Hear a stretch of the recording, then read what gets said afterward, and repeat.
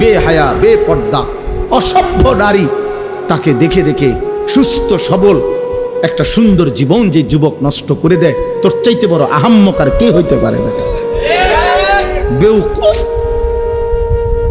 কি দেখে নষ্ট করলি নিজের?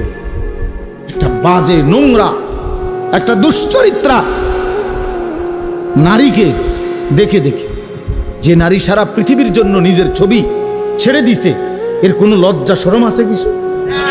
তাহলে এর চাইতে নিকৃষ্ট অসভ্য আর কেউ হইতে পারে? এটা কি পরিমাণ বেহায়া যে সারা পৃথিবীর জন্য নিজেরে ছেড়ে দিছে। দেখো সারা পৃথিবীবাসী, দেখো আমারে, দেখো আমার।